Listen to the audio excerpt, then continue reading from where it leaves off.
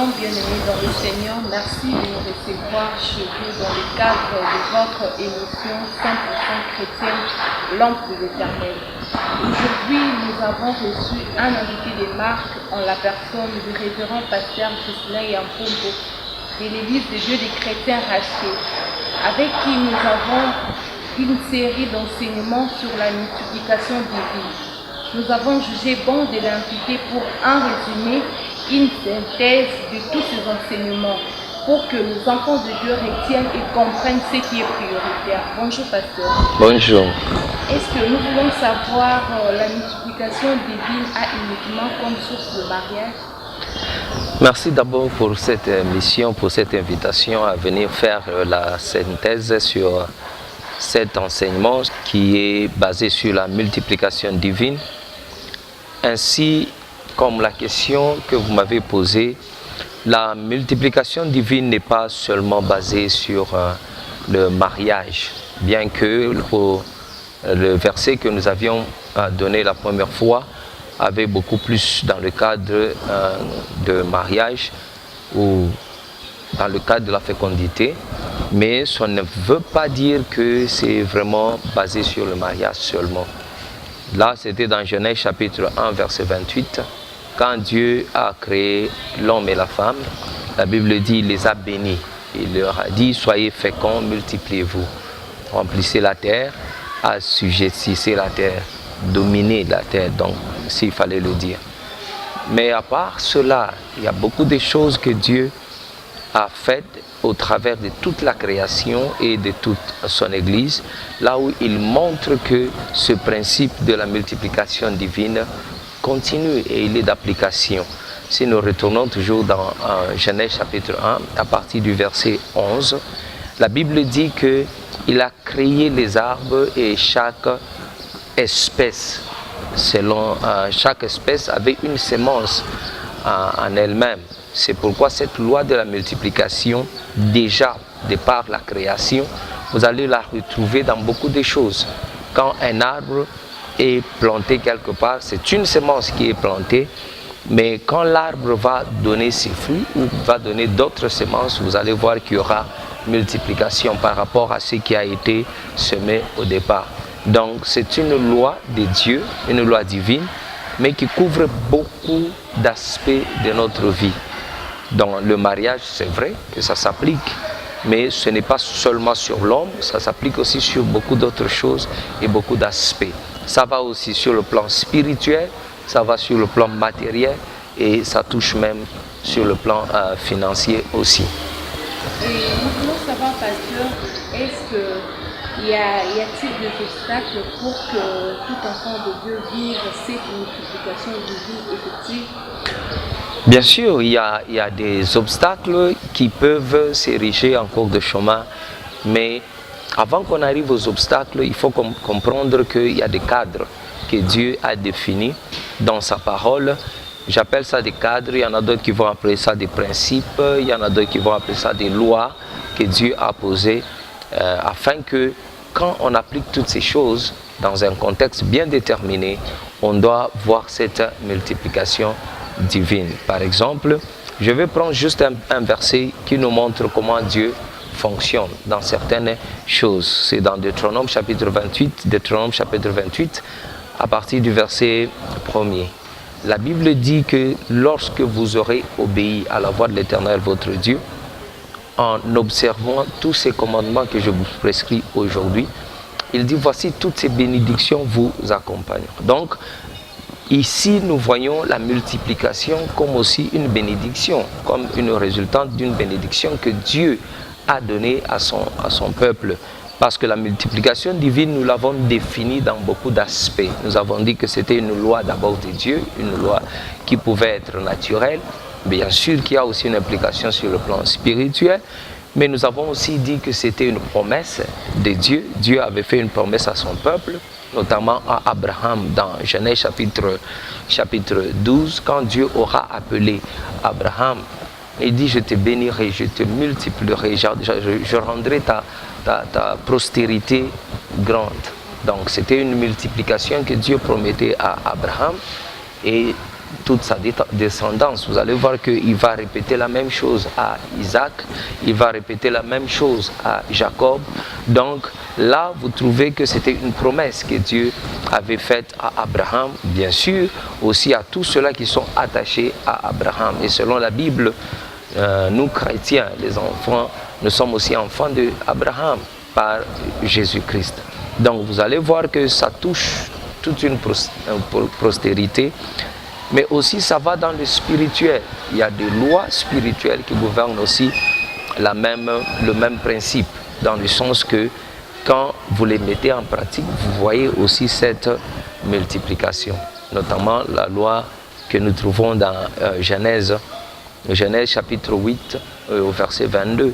Il dit « Tant que la terre subsistera », la loi de la semaille. Donc la semaille et la moisson ne cesseront jamais. Vous retrouverez que cette semaille et cette moisson ne touchent pas seulement l'aspect physique des choses, ça touche même l'aspect spirituel. Plus tard, Jésus-Christ en parlera dans Luc chapitre 6 au verset 38. Luc chapitre 6 verset 38. Il dit « Donnez et il vous sera donné ». Le donner là-bas, c'est s'aimer, oui, c'est s'aimer, parce que vous retrouvez ça plus tard dans Galates, chapitre 6, à partir du verset 6 jusqu'au verset 9-10. Vous trouvez que le donner est comparé au semer. Quand vous semez, attendez-vous toujours à une moisson. Que vous semez sur le plan spirituel, sur le plan physique, sur le plan matériel, tout ce qu'un homme aura semé, il le moissonnera. Mais attention, la moisson est toujours plus grande que la semaille. Ok. Et comment expliquer certaines personnes qui ne vivent pas cette multiplication divine?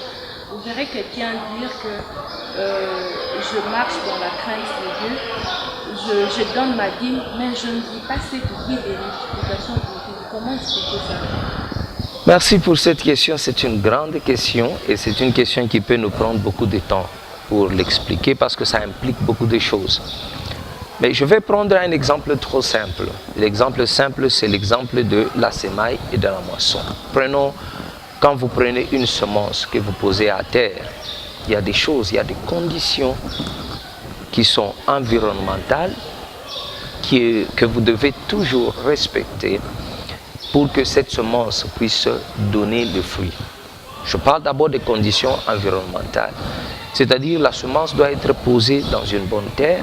Non seulement ça, on ne la pose pas seulement, il faut l'arroser.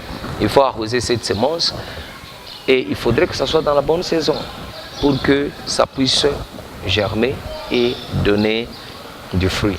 Donc, quand la personne dit que j'ai semé et je ne vois pas, il faut questionner tous ces aspects. Il y a maintenant des doutes qui s'installent dans la vie de plusieurs chrétiens et de tout enfant de Dieu. Il y a des doutes. Merci beaucoup. C'est parce que vous ne parlez que des biens matériels. D'abord, avant qu'on arrive à cela, je vais expliquer tout ça. Revenons un peu sur un aspect que l'on ne doit pas oublier. Nous sommes en train de parler de la multiplication divine, c'est-à-dire qui vient de Dieu. Donc il y a Dieu d'abord là-dedans. Je ne parle pas de la multiplication en général, je parle de la multiplication divine. Donc une multiplication dont Dieu est la source. Dieu est celui qui provoque cette multiplication. Donc le premier cadre, on doit être dans le cadre de Dieu. Matthieu chapitre 6, verset 33. Matthieu chapitre 6, verset 33. La Bible dit, cherchez premièrement le royaume de Dieu et sa justice. Et toutes ces choses vous seront données par-dessus tout. Donc, la première des choses, nous devons chercher le royaume de Dieu. On ne peut pas chercher le royaume de Dieu sans chercher Dieu lui-même. Donc, on doit commencer par chercher ce Dieu-là qui est capable de provoquer cette multiplication divine. Comment est-ce qu'un enfant de Dieu doit savoir ça c'est une bonne terre et ça ce n'est pas une bonne terre? Comment? Parce que nous tous nous s'aimons et nous attendons un résultat escompté. Comment savoir que ça c'est une bonne terre et ça ce n'est pas une bonne terre? Merci. Avant de répondre à cette question, j'aimerais un peu terminer sur les 4 types de sols et après nous allons parler de la bonne terre. Donc, Jésus nous donne ici l'image de 4 types de sols. le long du chemin, celui qui a semé le long du chemin ne peut pas s'attendre à une moisson. Il peut dire, je suis enfant de Dieu, j'ai tout fait, mais tu as mal semé. À ce moment-là, ça ne produira rien. Il y en a d'autres qui disent, ça a été semé dans une terre rocheuse, là où il y a les pierres ou les roches ou les cailloux, ça ne va pas bien donner. Donc la troisième sorte de sol, c'est là où il y a des épines. Donc ces épines vont déranger cette semence et ça ne va pas produire. Et le quatrième type de sol, il a parlé de la bonne terre, Donc avant qu'on touche à votre question, vous voyez là que la semence d'abord doit être bonne pour qu'elle puisse nous donner une moisson. Si la semence n'est pas bonne, par exemple, vous prenez une semence qui a déjà un trou là-dedans ou un insecte à l'intérieur, vous pouvez planter, vous pouvez arroser, vous pouvez avoir toute la bonne foi. Vous pouvez même prier pour dire, Seigneur, cette semence que j'ai mise à terre, qu'elle puisse produire pour moi. Mais la semence est déjà pourrie. À ce moment-là, il n'y aura pas, malgré toute votre bonne volonté, il n'y aura pas de production.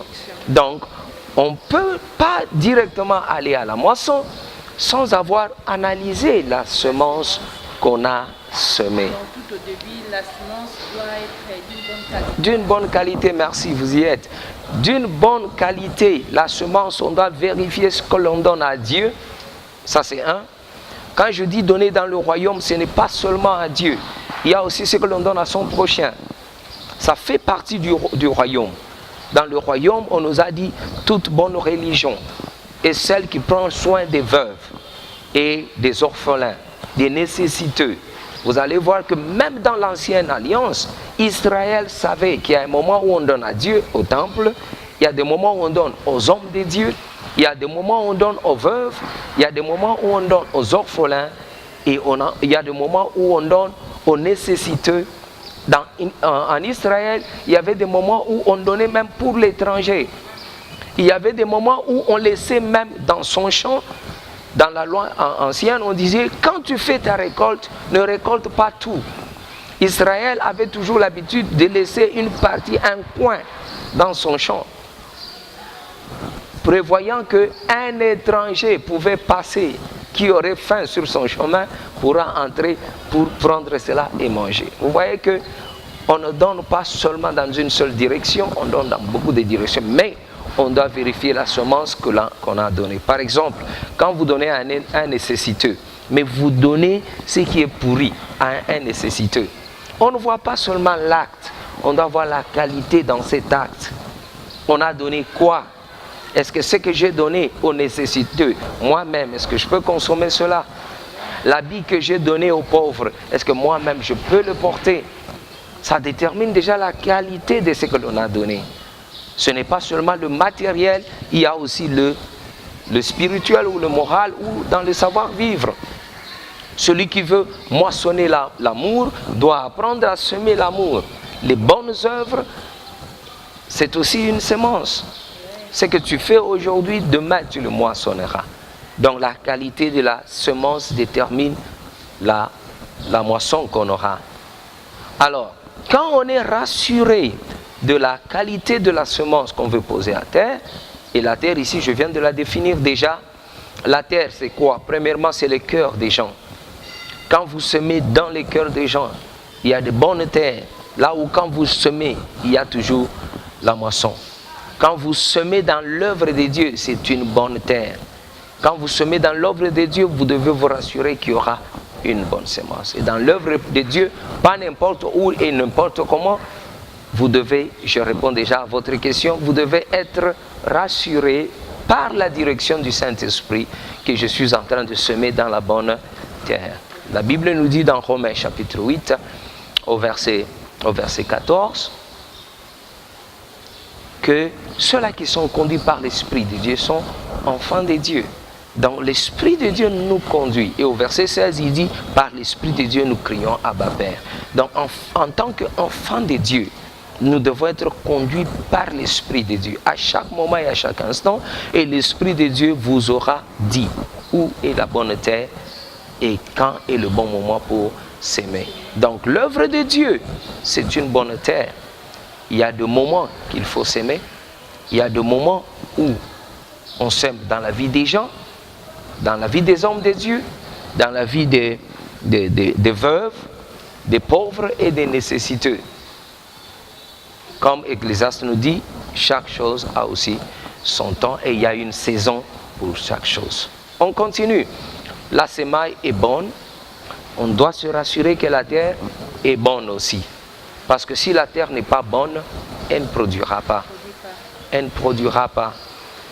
Alors, si la terre est aussi, vous êtes aussi rassuré sur la qualité de la terre, il y a un troisième élément dans la semaille, c'est le temps. Le temps, la saison. Par exemple, ce qui pousse en saison de pluie n'est pas nécessairement ce que l'on plante en saison de sèche, par exemple. Vous pouvez être un très bon fermier comme vous voulez, mais quand vous plantez quelque chose en saison sèche, vous devez prendre des mesures extra pour vous rassurer que cette semence puisse produire. Mais il y a des semences, quand vous les plantez dans leur propre saison, sans effort, il y a la moisson, et la moisson sera rassurée. Quand la semence est bonne, quand la terre est bonne, rassurez-vous aussi de la saison, si la saison est la bonne. Et pendant tout ce temps, écoutez, je vous ai parlé de la place du Saint-Esprit. Le Saint-Esprit doit vous orienter dans toutes ces choses. Parce que c'est le Saint-Esprit qui nous oriente dans tout ce que nous sommes en train de faire si nous sommes réellement enfants de Dieu. Pasteur, si nous comprenons très bien par rapport à la qualité de la sémence, donc je pense que la récolte ou soit le résultat dépend du temps de Dieu. Oui, c'est pourquoi je viens de parler en fin de compte de la sorte d'abord de la semence. La sorte de la semence a d'abord été déterminée par Dieu lui-même. Parce que le maïs, ce n'est pas nous qui l'avons créé. La mangue, ce n'est pas nous qui l'avons créé. C'est Dieu qui a créé tout ça. Il dit chaque arbre avec sa semence selon son espèce. Alors comme j'ai dit que ça touchait tous les plans, tous les aspects de la vie, ça touche la vie spirituelle, ça touche même la finance, ça touche tout ça. Quand vous combinez tout ça, ça vous détermine la moisson. La semence est bonne, le sol est très bon, l'espèce de la semaille et le temps que ça doit prendre, la saison, et vous allez trouver qu'en fin de compte, la moisson sera là. Là, on doit enseigner à nos fidèles la notion aussi de la patience. Comme vous l'avez dit, Paul a dit, quand il parlait de la parole de Dieu, il dit, j'ai sémé, Apollo a arrosé, ou l'inverse, Paul a sémé, Apollo a arrosé, mais c'est Dieu. C'est Dieu qui fait pousser la chose. L'arbre, quand il pousse, ce n'est plus nous, c'est Dieu. Bien sûr, les biologistes peuvent donner toutes les explications possibles, mais nous croyons à Dieu. C'est Dieu qui a fait pousser tout ça. Donc ça dépendra aussi de Dieu.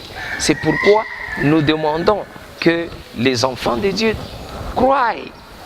Je vous ai donné Hébreux chapitre 11, verset 6, que tout ce que nous faisons dans le royaume de Dieu, c'est selon la foi.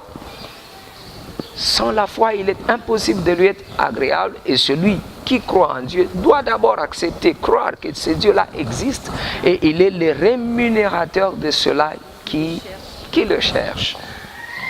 Vous vous souvenez de ce qu'on a dit? Cherchez premièrement le royaume de Dieu et sa justice. On commence par le chercher, on cherche ce Dieu-là, c'est par la foi bien sûr, et dans cette foi, tout ce que je viens de dire s'inscrit dans la foi chrétienne. Donc merci pasteur par rapport à cette question. Pour achever cette deuxième question que nous venons de parler, et nous avons compris que, s'il faut le dire bien, il y a 4 éléments qui fait que enfants de Dieu, tout enfant de Dieu vive cette multiplication divine. Vous avez parlé de la sémence et du temps, de la saison et puis de la bonne terre.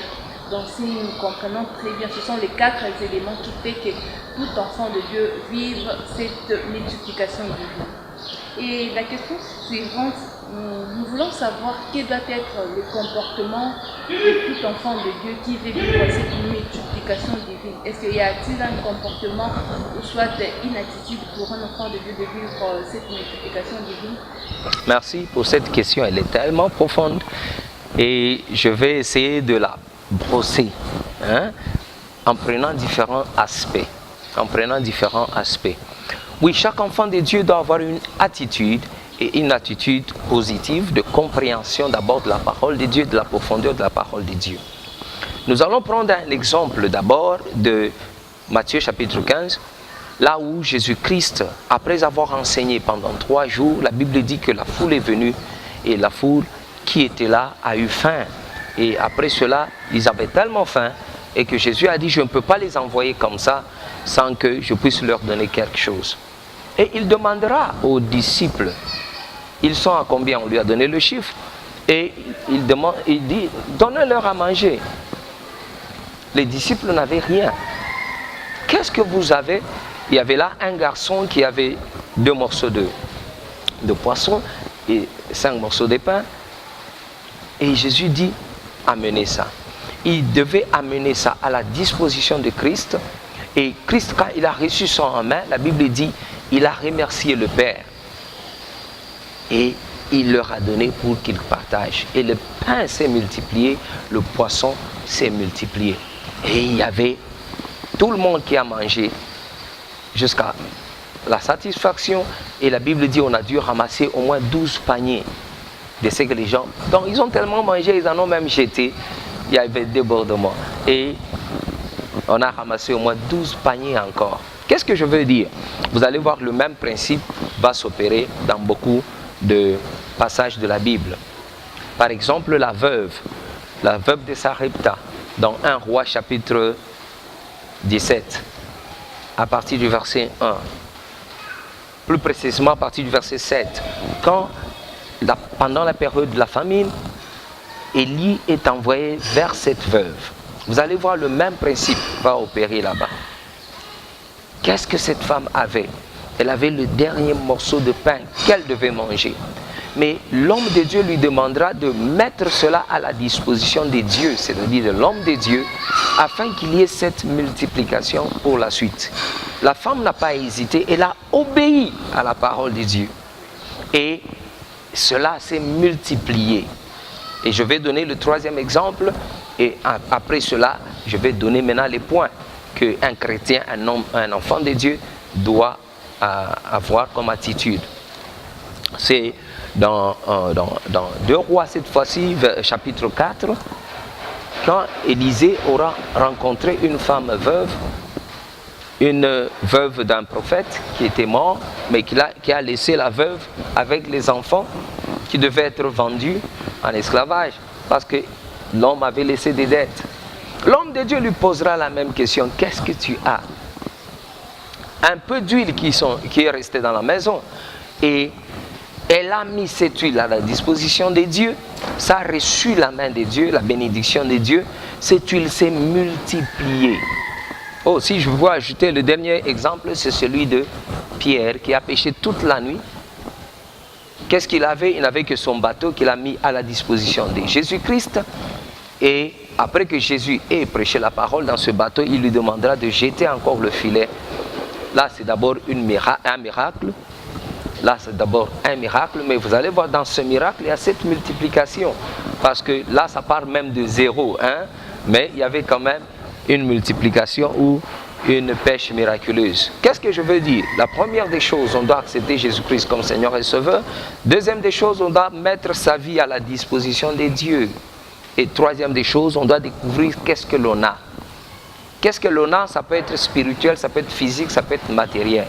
Mettez cela à la disposition de Dieu. Le Dieu de multiplication divine mettra sa main, sa grâce va se déposer sur notre vie et ça va se multiplier.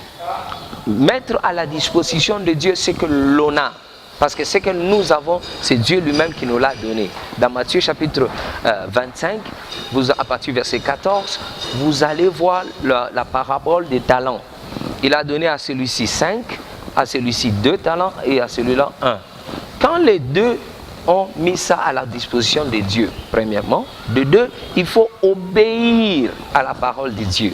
Il leur a dit, travaillez pour que ça se multiplie.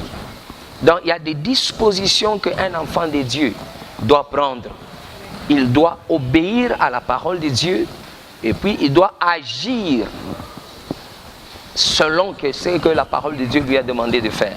Mettre en pratique cette parole de Dieu. Par exemple, quand on dit semer, on doit semer.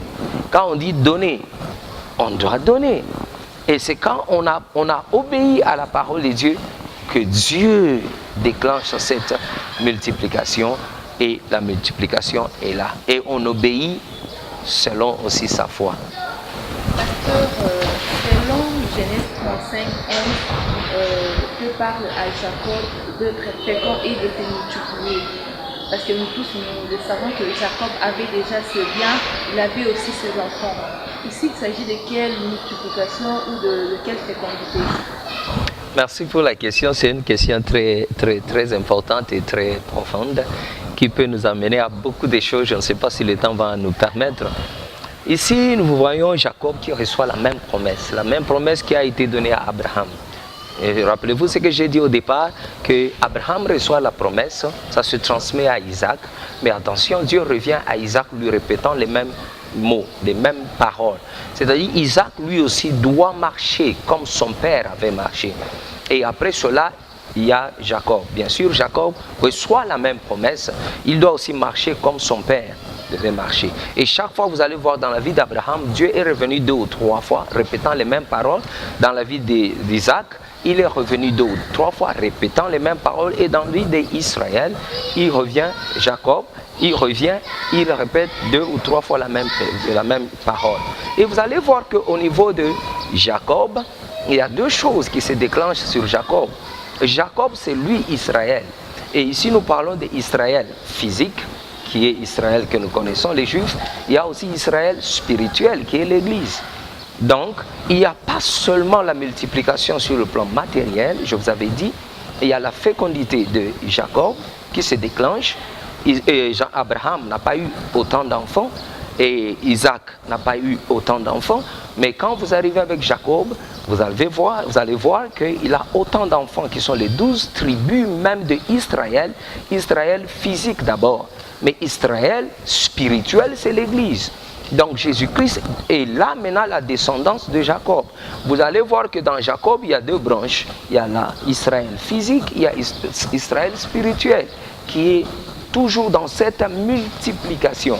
Il dit, je bénirai toutes les nations de la terre au travers de Abraham, donc qui s'est passé à Isaac et à Jacob. Et si nous arrivons dans Jacob, comme je viens de vous le dire, Jésus-Christ, c'est cette descendance d'Israël, de Jacob, qui est la semence de ce temps de la fin ou de la nouvelle dispensation, de la nouvelle alliance. Jésus-Christ qui est aussi cette semence qui sera posée en terre. 3 jours après, cette semence va germer, va ressusciter et va attirer des multitudes vers lui-même. Et nous avons des multitudes,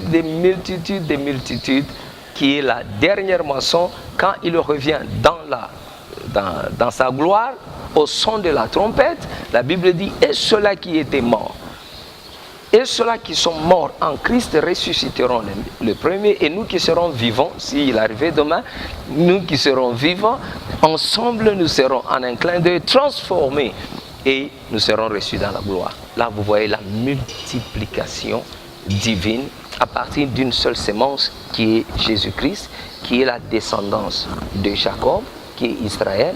Donc quand Dieu parle, il parle dans 2 dimensions dans Jacob. Il y a la dimension terrestre qui est Israël jusqu'aujourd'hui qui continue à se multiplier. Il y a la bénédiction financière, physique, matérielle, mais aussi il y a la dimension spirituelle. Car Jésus qui arrive, il est aussi une semence qui est posée en terre. Il mourra et au 3e jour, il ressuscitera. Il est prêché comme la parole de Dieu, il est prêché comme le sauveur de l'humanité.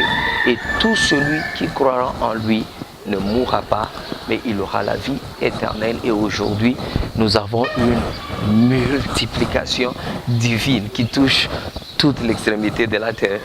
Amen. Que Dieu vous bénisse. Quel est votre mot de la fin par rapport à cette émission ou par rapport à ces thèmes que nous venons d'aborder? Oui, le mot de la fin est que je prie pour tout le monde et je souhaite à tout le monde de vivre cette multiplication divine sur tous les plans, sur le plan spirituel, sur le plan physique, sur le plan matériel. Je pense spécialement aux gens qui sont stériles au moment où je parle, que la puissance de Dieu les touche, qu'il y ait multiplication dans vos maisons, que les femmes stériles puissent commencer à concevoir au nom de Jésus et qu'ils puissent voir leurs enfants. Je parle aussi à ceux-là qui, dans leur business, ne marchent pas, leurs affaires ne marchent pas. Je prie au nom de Jésus que le Dieu de la multiplication divine puisse vous toucher, puisse vous visiter, qu'il puisse y avoir multiplication au nom de Jésus. Je prie aussi pour ceux-là qui ont semé d'une façon ou d'une autre, qui étaient en train d'attendre cette moisson, que la multiplication vienne. Maintenant même, au moment où je parle, que Dieu vous visite, que Dieu provoque cette multiplication divine au nom puissant de Jésus. Le numéro de contact, c'est le 099 70 21 456 ou bien le Orange ou Tigo 089 54 23 660. Je suis pasteur, coordinateur national de l'Église des Dieux des Chrétiens rachetés, dont le siège national est situé sur l'avenue Sayo, au numéro 2385 dans la commune de Kasavubu. Que Dieu vous bénisse. Merci mesdames et messieurs, nous sommes arrivés pratiquement à la fin de cette émission. Merci à vous qui l'avez suivi. Retrouvez-nous chaque samedi à 17h30 et les jeudis à 13h30 pour la rediffusion de cette émission. Nos salutations à Maman Mimi Meta, que Dieu vous assiste. Bye.